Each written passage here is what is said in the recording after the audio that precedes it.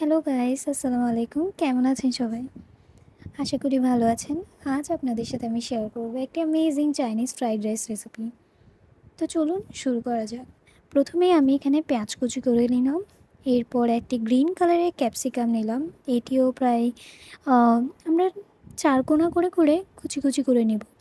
দেন পরবর্তীতে আমরা এখানে নিলাম কিছু বরবটি। সেটাও কুচি করে নিলাম। এরপর টমেটোকেও আমরা একইভাবে ৪ কোনা সাইজ করে প্রায় কুচি করে নেব। এরপর কিছু কাঁচামরিচ আছে, ওগুলোকে আমরা মিডলে কেটে নেব। এরপর হচ্ছে কিছু ধনিয়া পাতা, গাজর আ এগুলোও হচ্ছে আমরা কেটে নিলাম। দেন এখানে মুরগি মাংস রেখেছিলাম। তো একটা ব্রেস্ট পিস ছিল, সো এটাকে আমরা কেটে এখানে আলাদা করে নিলাম। এখানে চিংড়ি মাছ, দেন সবগুলো কাটা হয়ে গেছে। আ এরকম বিভিন্ন কালারের সবজি দিলে আসলে ফ্রাইড রাইসটা দেখতে খুব সুন্দর লাগে। এখন এখানে আমি সাইড করে রাখা চাউলগুলো প্রায় ১ কেজি আন্দাজ ধুয়ে নিলাম ভালো মতন। এরপর একটি প্যানে পানি গরম করে নিয়ে ওখানে লবণ, দার এলাচ, জিরা, তারপর লং, তেজপাতা আর সামান্য একটু তেল দিয়ে নিব যাতে চাউলগুলো ঝরঝরে হয়। এখানে জিরাটা অ্যাড করা কমপ্লিটলি ফ্লেভারের জন্য, সো দিলে খুব ভালো একটা টেস্ট আসে। এখানের মধ্যে দেন চাউলগুলো দিয়ে আমি নাড়িয়ে নিলাম। দেন অন্য এক সাইডে আমি প্রায় ৪ থেকে ৫টি সম্ভবত ডিম দিয়েছিলাম।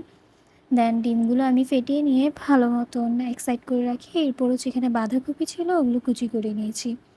এরপর যে চিকেনটা ছিল ওখানে আমি গোলমরিচ, চিলি ফ্লেক্স অ্যান্ড মরিচের গুঁড়া, হালকা এখানে হলুদের গুঁড়া, তারপর সয়া সস দিয়েছিলাম। দেন এগুলো ভালো মতন মাখিয়ে এক সাইডে রেখে দেবো। আমি পরবর্তীতে একটু লবণ আর মরিচের গুঁড়ো অ্যাড করেছিলাম, কারণ আমার মনে হয়েছিল যে জিনিসটা কম হয়েছে।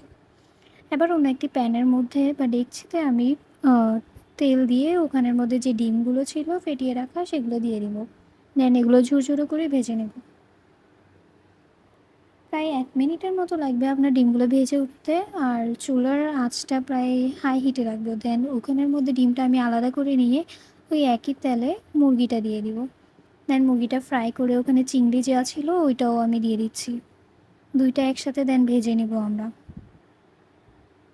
এভাবে কিছুক্ষণ নাড়িয়ে চাড়িয়ে আমরা করতে থাকবো প্রায় ২ থেকে ৩ মিনিটের মতো, যতক্ষণ না চিকেনটা এরকম হোয়াইট মনে হবে।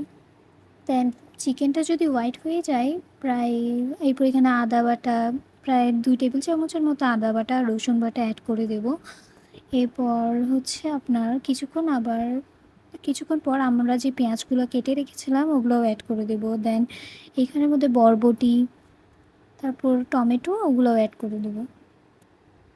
এভাবে আবার কিছুক্ষণ নাড়িয়ে নিলাম। দেন এখানের মধ্যে হচ্ছে ক্যাপসিকাম, তারপর বাঁধাকপি যা ছিল ওগুলো আমরা অ্যাড করে দিলাম। দেন গাজর। এরপর হচ্ছে এভাবে নাড়াতে থাকুন। এইখানে আমার হাতটা আসলে মানে নড়তেছিল, কারণ হচ্ছে আমি এক হাতে ভিডিও করে দেন অন্য হাতে হচ্ছে যে কি আমি রান্নাটা করছিলাম তাই।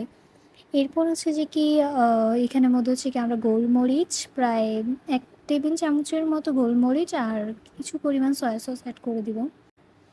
এবার আমরা যেটা করব সেটা হলো যে কি যে ডিমগুলো আমরা আলাদা করে রেখেছিলাম ওগুলো আমরা আস্তে করে দিয়ে দিব এখানে।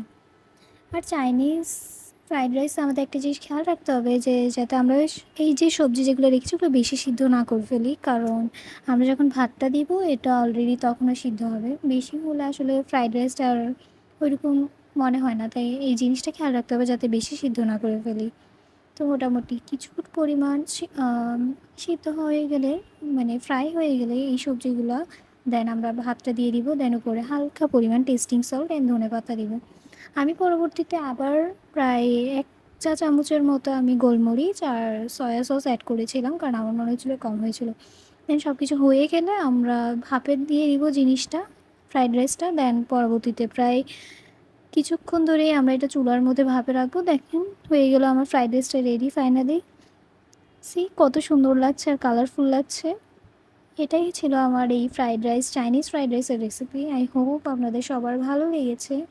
And yeah, I will try my best to do the next episode as soon as possible.